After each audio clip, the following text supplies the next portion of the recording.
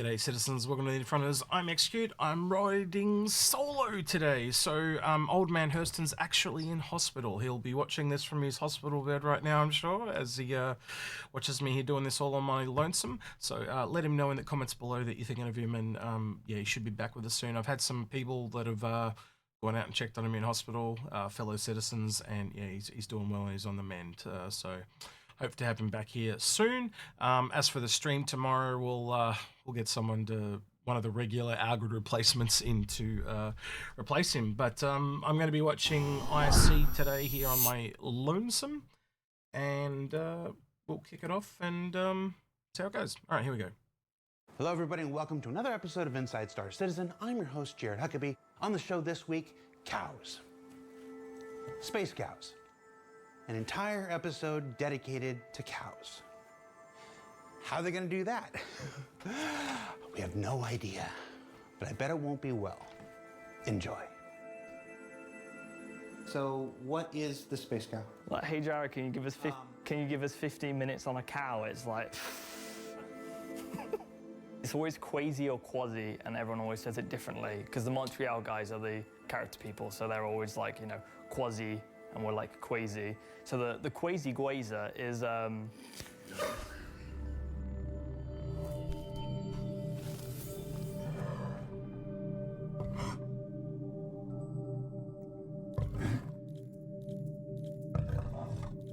if only.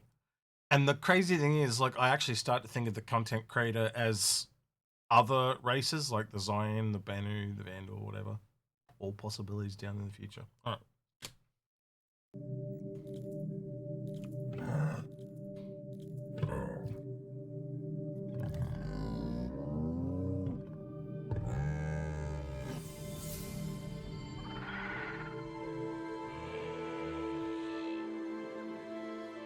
Why do creatures matter?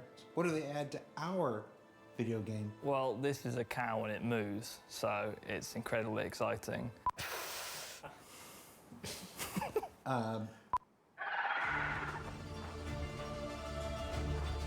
Creatures in general add believability to the world and the experience.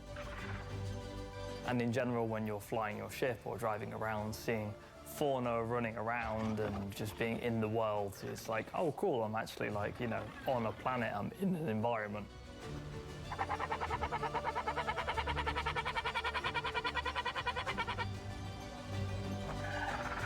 They present lots of opportunities for unique gameplay situations and allow you to see the landscapes perhaps in a new way. I think players are already really enjoying the creatures that we've got in the game. The actual release was fine, but when we did the initial release into like PTU, there were problems with the creature desyncing and things like that, but we've been working on fixing that up and, you know, making sure that the creatures are responsive and, well, engaging, really. The biggest challenge in programming creatures is bringing them to life, making sure that all the incredible animations that we've got are placed in the right way and that they're working together as a whole creature that's not just an individual set of animations, but something that's living and breathing. Making them believable. So the quasi-grazer is quite a simple creature. We kind of colloquially call it the space cow. We like to put space in front of every other creature. We've had the space dog and the space bird, and now we've got the space cow. It's got quite simple behaviors. They're very gentle creatures.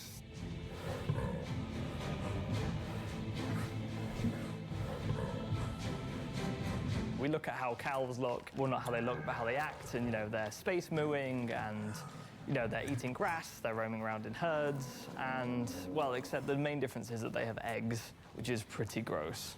Talk to me about space mooing. What's space mooing? He wants me to do the noise, and I'm going to refrain. I'll let one of the audio people handle that.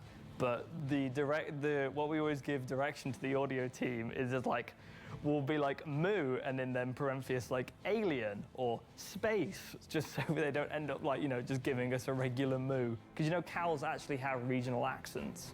So if you listen to a cow moo in the south of England or the north of England, they sound very different. So, Moo! yeah, Correct, moo. Governor. You're right, love, moo. What does a Stanton cow moo sound like versus, you know, like a Manchester cow moo?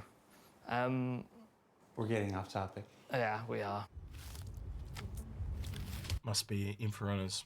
There are 5 different types of quasi-grazers in 4.0, and you'll see them scattered in various biomes. The desert variant of the quasi-grazer is the one you're all familiar with, that you've seen in like the Star Engine trailer, and it is going to be on Hurston. It doesn't have fur. It's made for the desert, so it's more like a thick skin.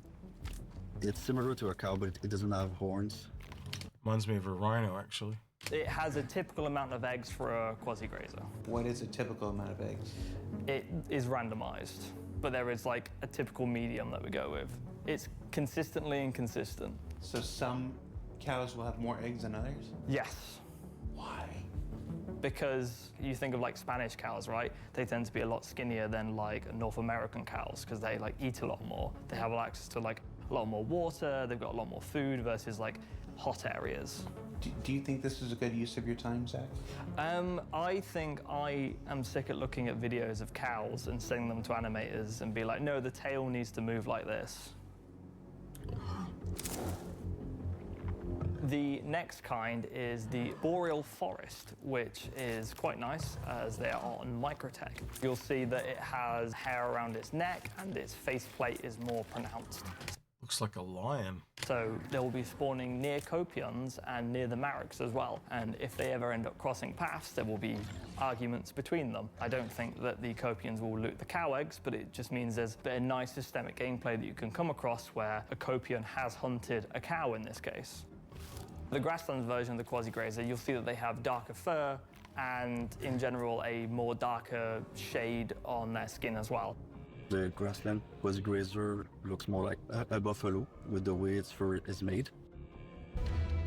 Like the desert quasi-grazer, it also has eggs that you can loot. They live in the savanna area of Microtech. And it will be joined by a jungle variant, which will be sharing the savanna for the time being. And lastly, the one I'm most excited about is the Arctic variant. You will find the tundra space cow in the tundra, the more cold areas of Microtech. The Arctic space cow we did was one animal that we actually had to do fully covered in fur, which is quite a challenge. I remember Chris saying we want to see hordes of them passing by, so he's talking about 20 or 30 or even hundreds of them passing by, so it would have to be really optimized, and at the same time would have to hit the quality bar. We managed. It is going to be really different with all the fur, and it now starts to you see things like the arboreal stalker come in and all the other future creatures down the line. One thing you notice in a lot of games is they don't have a lot of fur in the creatures because of what he's talking about here with the optimization. So that just means Star Citizen's on another level again. To create a very interesting, fluffy creature that you're going to be able to enjoy very soon. It's fully covered in hair, and it's using similar tech to what we have on the human beings. You imagine like winds and when it moves and things like that, its fur is basically fully reactive to those elements. So it makes the animations come a lot more alive, and it really shows how having these simulated elements on the creature using our hair tech is just gorgeous. One thing I will say as someone that grew up on a farm, I can tell you from behind, cows are kind of, how do I say this delicately, messy. I'll leave it at that. And with all that hair, they would be uber messy. So, yeah, you were looking at videos. I hope you haven't seen the videos that I know that you might have seen. And obviously for unpleasant reasons, they've probably left that out. But yeah, they are not, especially the domesticated cows. These are more wild, so they probably would be cleaner. Anyway. We're also very excited to see how this opens up a lot of possibilities and opportunities for the creatures in the future, as this was a breakthrough for us to be able to cover such a large creature with so much fur. The ones with fur look really super cute. I wonder if he's biased at all, being covered in fur himself. I think we want some tongue physics in there as well, because normal cows are quite licky. Okay, the views and opinions of Andrew Davies do not represent those of Cloud Imperium Games, Robert Space Industries, or its subsidiaries. I'm having to say this too much lately. Interestingly, it is the only variant without eggs, and instead you'll be able to loot this creature's tongue. What? Yeah, the tongue. Andrew talked about the tongue. He wanted to add tongue physics. Yeah, no, probably not. It'd be a bit weird. What noise does a tongue detaching make anyway? You know what I mean? Like. Oh, you'll make that sound, but not the space move? I'm not making an animal noise. It's not the weekend yet. One of the really cool features we've got is that the creatures respond to the day-night cycle. During the nighttime, they're more likely to be sleeping, whereas during the day, they're more likely to be grazing. It's a very non-lethal kind of set dressing for planets type of animal. I'm sitting here thinking about the day and the night cycles, and like knowing that big game hunting eventually is going to be a thing. So learning the essential patterns of your prey that you go and hunt. Are they a night animal, a nocturnal animal, or are they a day animal? Or is there even seasons that change their behavior? All this is going to be in the skill set of the big game hunter. The real trouble comes if you disturb these gentle creatures by attacking them or as there's a hostile nearby. If you are mean to the cows in any capacity, what they will do is the majority of them will run away. However, one will come and knock you over. And it will only do a small amount of damage, but, you know, I would like to track the telemetry on how many people die to them, which would be interesting. They can be quite deadly, as cows are in real life. 4 or 5 deaths in the UK every year by cows. So yeah, it's quite a dangerous creature if you raise its anger. Vending machines are more deadly. 1 in 11. Or 11 every year. Anyway. Do you ever consider making them mourn the death of another? That sounds really depressing. One of my team is very, very keen to get petting of quasigrazers in there, but I think that's a whole other feature that I'll have to wait for another day. Let us pet the cow. What happens if you are aggressive with the cow? If you are aggressive to the cow, one cow will end up charging you and knocking you over. Did he just confirm he's a cow? Anyway.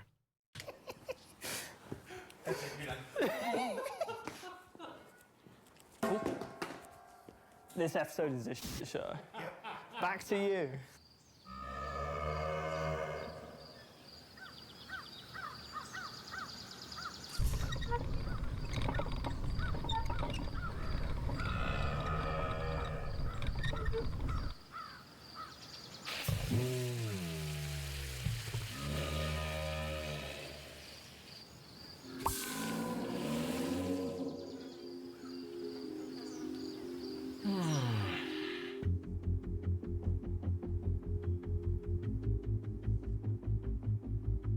Hairstyles, nice.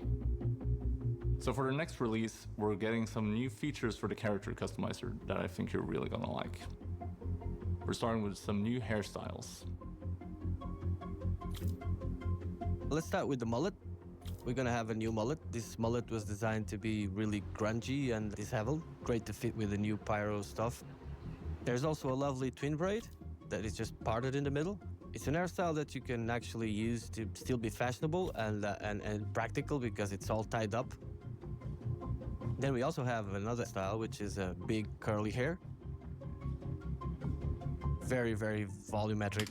I do wonder eventually if, like, knowing how a lot of this stuff is, like, duplicated symmetrically, you could literally have one style on one side of your head and one on the other. So, like, long hair on one side and, like, a ponytail on the other, or bald. You get where I'm going with this. And some other games actually allow you to even do it in quarters, so you got, like, front and back and stuff like that. I wonder how far they're going to take this, is long story what I'm asking. Feel to it. It's quite amazing. It's going to be amazing to make it look with the hats and the masks and all that, and the way it will fit. I'm pretty sure this is going to cause a great visual impact. Additionally, for the next release, we're getting tattoos. Finally, you're gonna be able to give yourself that specific styling that you're not gonna match anyone else in the verse. The tattoo system. I do get the, how do I put this? The awkward kind of feeling that this is towards the more criminal element. I would have liked to have seen some. I know it sounds like I'm being biased here, but all the tattoos I've seen all skew bad characters. I'd like to see more that are more towards the loyal side as well. I don't know. Maybe I'm wrong. Let's see what else they've got here. Is really great. You can select from a plethora of tattoos, and you can adjust the colors so you get them just as you like them. And you can also set the age on them to make them look like you've had them for a long time. For the tattoos on the first batch, we have a bunch of different style.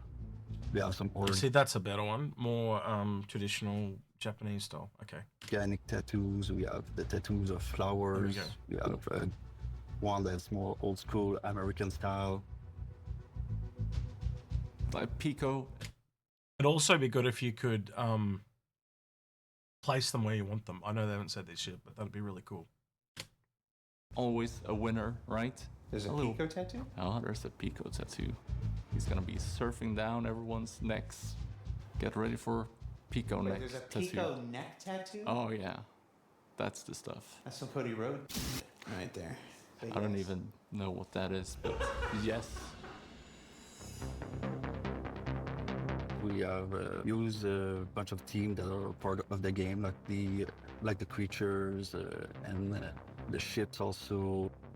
We have a tattoo for the javelin, which we're showing different side of the ship.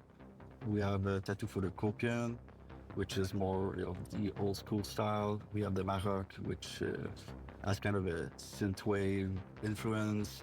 We have one that's a full face skull. Yeah, I keep coming back to the wanting to be able to place them where I want them. I don't know if that's just me. I don't know. Let me know in the comments because, again, there's the one I want and the color I want, but if it's always in the same place and everyone else has it in the same place, you know, I'm going to run into someone else with this skull tattoo and it's like, oh, he's got the skull tattoo.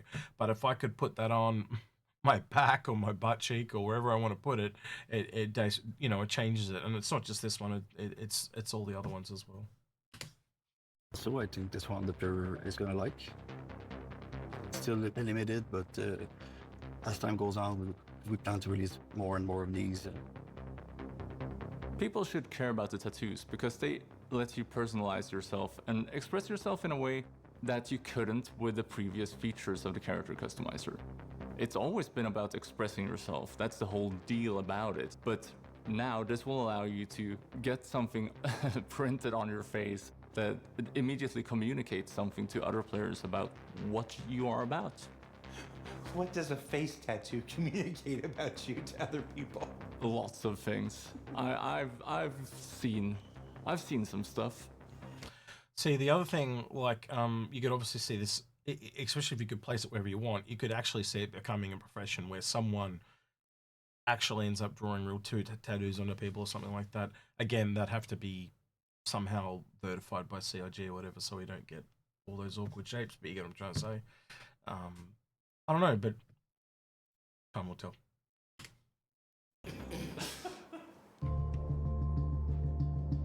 In addition to the tattoos, we're also looking into piercings right now. We have 5 different areas that you can apply them to.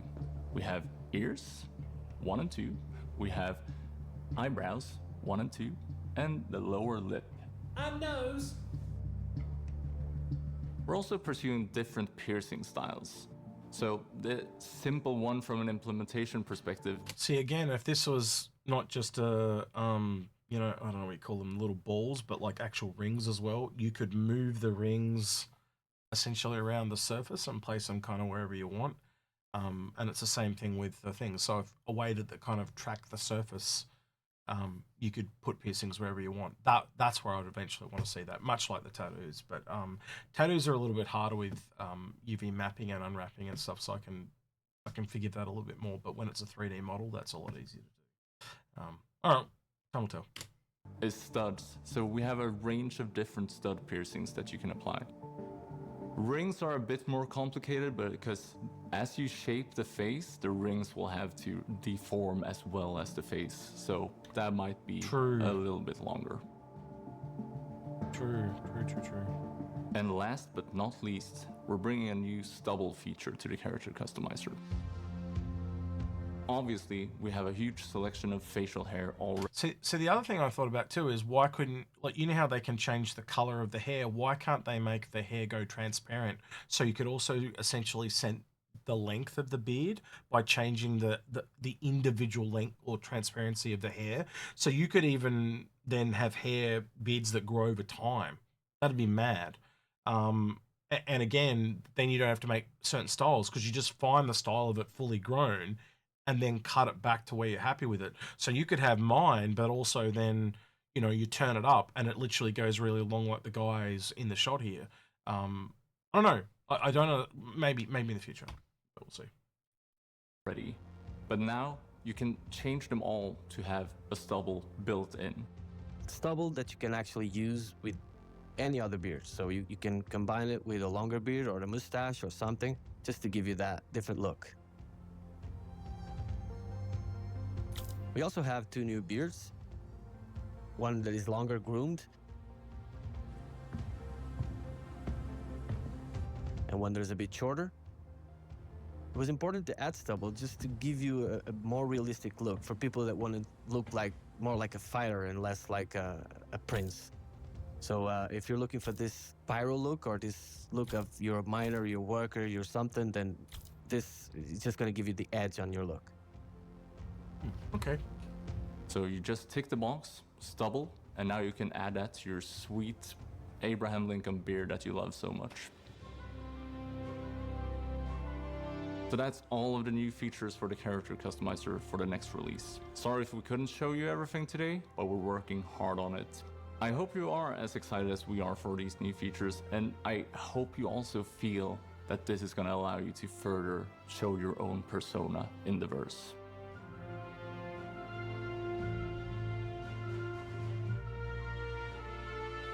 So, what did we learn this week? Well,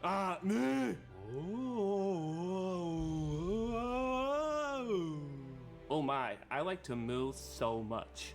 Moo moo. Yeah, we're just out in the cold here, just doing cow stuff out in the cold. Aye, we always moo like that and eat loads of grass, aye. oh, it's so fucking cold! Moo. Skål för mjölk. Moo. Moo. I like the moo. Jared m'a fait dire ces lignes, donc je dois dire le mot. Meu, sacre meu. Sacrement. Okay, so that was a little different. The usual fare. I do feel like they stretched a little bit there, just personally.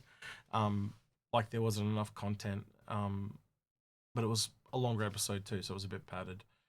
I do like to see that the creatures have come a little further. And I do expect that we'll see a lot more of that at CitizenCon, considering it's been a year and we haven't seen them kind of come into the game. I know the Grazers, well, we've had the Copion and the bird thing, I can't even remember its name now. And we've got the Quasi Grazer coming, but like I'm more interested in those like the Space Crab and the Boreal Stalker and stuff like that come down the line. As for the character creator stuff, that's been a really long time coming. I know a lot of people that are looking forward to the different hairstyles for different races and stuff like that as well, because different people have different hairs. You know, so yeah, be cool. But again, I'd like to see even more where you can combine it and stuff like that. And hopefully they do take it there down the road, because as I said, if this is going to be a game that lasts that long, you essentially want everyone to make a character, or eventually, even if they go into an hairdresser or a makeup artist or a tattoo artist or whatever, that they can actually make themselves look essentially 100% unique by placing tattoos where they want and all that type of stuff. And also it kind of leads into the wear and tear on the body stage too, because if everyone's got, like if there's only 10 cybernetic limbs and they're all the same, or you actually get a massive scar, the scars are all in the same place. You see where I'm going with this. It's going to there's going to be telltale signs and just be a bit samey. But knowing CIG like I do, I don't think that'll be the case. But I guess I'll put this off to you guys in the comments. Did you like what you saw there? Were they good upgrades or, you know, updates, I guess is another word for it? Or do you think they're going to, you know, or do you think that's as far as they're going to go? I hope they go further. We'll just leave it at that. All right, then, make sure you leave a comment for Algrid as well. Let him know you're thinking of him. I know he'd love to sit there in hospital and read these. So, yeah. Other than that, don't forget to like, subscribe, ring that notification bell, and thank you to everyone that went the extra mile Patreon at the end of the video. Algrid is not here. I wish you well, bro. I am thinking of you, and I look forward to seeing you when you're back. Right, and I've been Execute. See you next time, citizens.